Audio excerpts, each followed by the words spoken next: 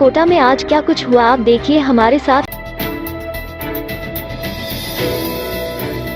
स्थायी लोक अदालत ने अस्पताल में लाइट जाने के बाद अंधेरा होने के मामले में एमबीएस अस्पताल अधीक्षक तथा मेडिकल कॉलेज प्रधानाचार्य एवं नियंत्रक को नोटिस जारी करते हुए 8 जून 2023 तक जवाब तलब किया है।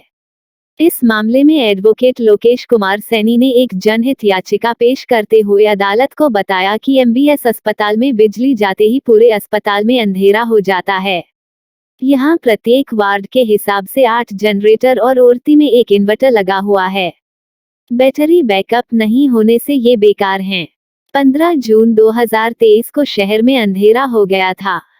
उस समय अस्पताल में जनरेटर नहीं चलने से मरीज आधे घंटे तक परेशान होते रहे। पिछले वर्ष उक्त अस्पताल की पुरानी बिजली लाइन फिटिंग से आए दिन फॉल्ट होने से बिजली बंद की समस्या रहती थी। ऐसे में घंटों अस्पताल में अंधेरे रहता था। पिछले वर्ष 15 लाख रुपए पीडब्ल्यूडी को देकर पूरा बिजली लोड चेक कराया और वायरिंग बदलवाई गई। बिजली के लोड को भी बांटा गया। इसके बावजूद बिजली गुल की समस्या से निजात नहीं मिली।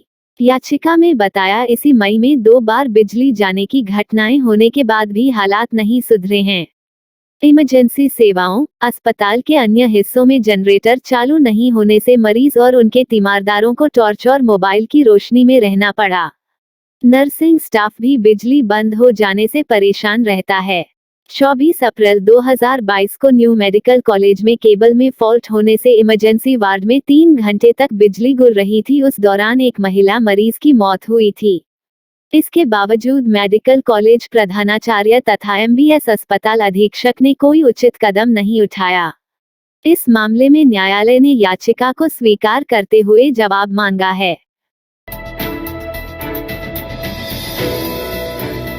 दवा कारोबारी महिला की हत्या के आरोपी रिश्तेदार को गुरुवार को न्यायालय ने 3 दिन की रिमांड पर पुलिस को सौंप दिया। पुलिस ने गिरफ्तार आरोपी नरेंद्र निवासी सांगोद को कोर्ट में पेश किया था। आरोपी को पुलिस ने बुधवार को ही दबोच लिया था। पुलिस ने आरोपी के पास से हत्या में उपयोग की गई तलवार को जब्त कर लिया है। पुलिस उप अधीक्षक अमर सिंह राठौड़ ने बताया कि आरोपी नरेंद्र से तलवार के खरीदने सहित अन्य मामले में जानकारी जुटाने के लिए न्यायालय में रिमांड की मांग की गई थी। न्यायालय ने 3 दिन का रिमांड दिया है।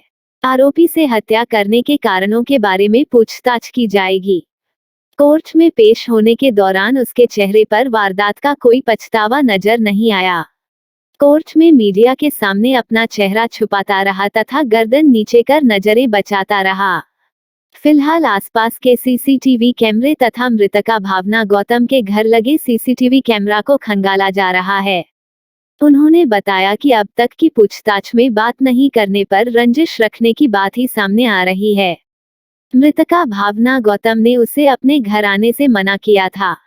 साथ ही उसके परिजनों ने भी मना कर दिया था।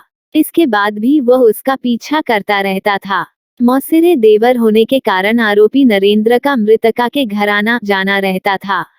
उसकी कुछ हरकतों के कारण मृतका भावना ने उसे अपने घर आने से मना किया था। इस पर वो उसे जान से मारने की धमकी भी देता था।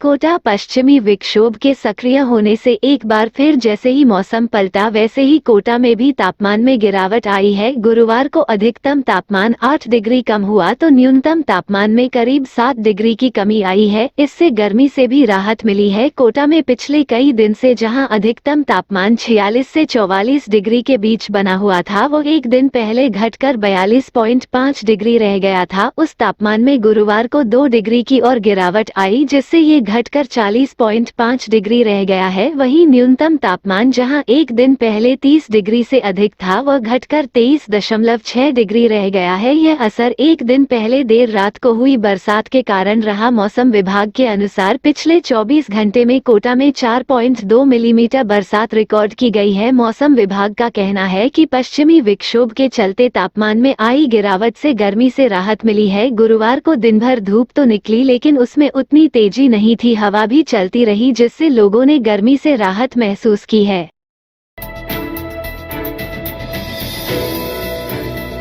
शहर के केशवपुरा निवासी मोहम्मद यूसुफ 107 वर्ष की आयु में हृदय रोग के लिए पेसमेकर प्रोसीजर करवाने वाले विश्व के दूसरे व्यक्ति बन गए हैं। विश्व में इससे पहले शतायु पार बुजुर्गों में पेसमेकर लगाने का केवल 5 मरीजों का रिकॉर्ड उपलब्ध है। सुधा हॉस्पिटल के हृदय रोग विशेषज्ञ डॉक्टर पुरुषोत्तम मित्तल ने बताया कि 19 मई को जब सुधा अस्पताल में इमरजेंसी विभाग में मोहम्मद यूसुफ को बेहोशी की हालत में भर्ती किया गया तो उनकी सांसें उखड़ी हुई थी, शरीर बिल्कुल निष्क्रिय अवस्था में था। हृदय 25 की गति से चल रही थी एवं बचने की संभावना 3% से ज्यादा नहीं थी। परिजनों ने बताया कि करीब 2 वर्ष से इसी तरह की तकलीफ से परेशान थे, लेकिन उनकी अत्यधिक वृद्धावस्था को देखते हुए कोई भी अस्पताल पेसमेकर डालने के लिए तैयार नहीं थे। अधिक खतरा होने के कारण जहां भी गए सभी अस्पतालों ने ऑपरेशन करने से मना कर दिया था। अस्पताल ने इस चैलेंज को स्वीकार किया और मरीज को भर्ती करने के बाद 20 मई को अगले 24 घंटे में ऑक्सीजन सपोर्ट सिस्टम में रखा। यूसुफ के शरीर में कुछ हलचल हुई तो परिजनों से सहमति लेकर 20 मई को परमानेंट पेसमेकर लगाया गया। आयु अधिक होने के कारण मरीज की सेंट्रल वेन एवं हृदय की रक्त वाहिनी अत्यधिक कमजोर होकर टेढ़ी मेढ़ी अवस्था में हो चुकी थी, जिसके कारण पेसमेकर की लीड को हृदय के अंदर डालना अत्यधिक जटिल एवं खतरे का कार्य था।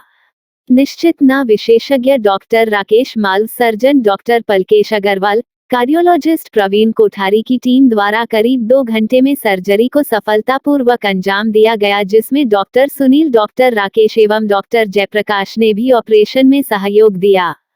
चिकित्सकों ने बताया कि शतायु पार व्यक्ति में भी पेसमेकर लगने के बाद स्वतंत्र एवं स्वयं भी जीवन जीने में समर्थ हो सकते हैं। ऐसे केस में चिकित्सीय दक्षता के साथ साथ परिजनों का सहयोग एवं जागरूकता की आवश्यकता होती है, जिससे वृद्ध व्यक्ति के जीवन में क्रांतिकारी बदलाव ला सकती है। मरीज के परिजन इसके लिए अत्यधिक प्रशंसा के पात्र हैं तथा समाज में ऐसे परिजनों को सम्मानित और प्रोत्साहित करना चाहिए। इस रात की सुबह नहीं होती जब तक हाथ में उसकी गर्माहट नहीं होती। चाय का प्याला, अखबार साथ पुराना है, मिट्टी से जोड़ता है। खबरों की खुशबू से सारा घर महकता है। हर रंग में ढला कहानियों से किस्सों तक ले जाता है बेरोक टोक। देश के हर हिस्से तक ये हकीकत का आईना है, ख्वाबों को सच करके दिखाता है। दैनिक नवज्योति, आपके लिए, आपके साथ। ये थे आज के मुख्य समाचार। विस्तार से जानने के लिए पढ़ते रहिए दैनिक नवज्योति। दैनिक नवज्योति के YouTube चैनल को सब्सक्राइब करें और ताज़ा अपडेट के लिए बेल आइकॉन दबाएं।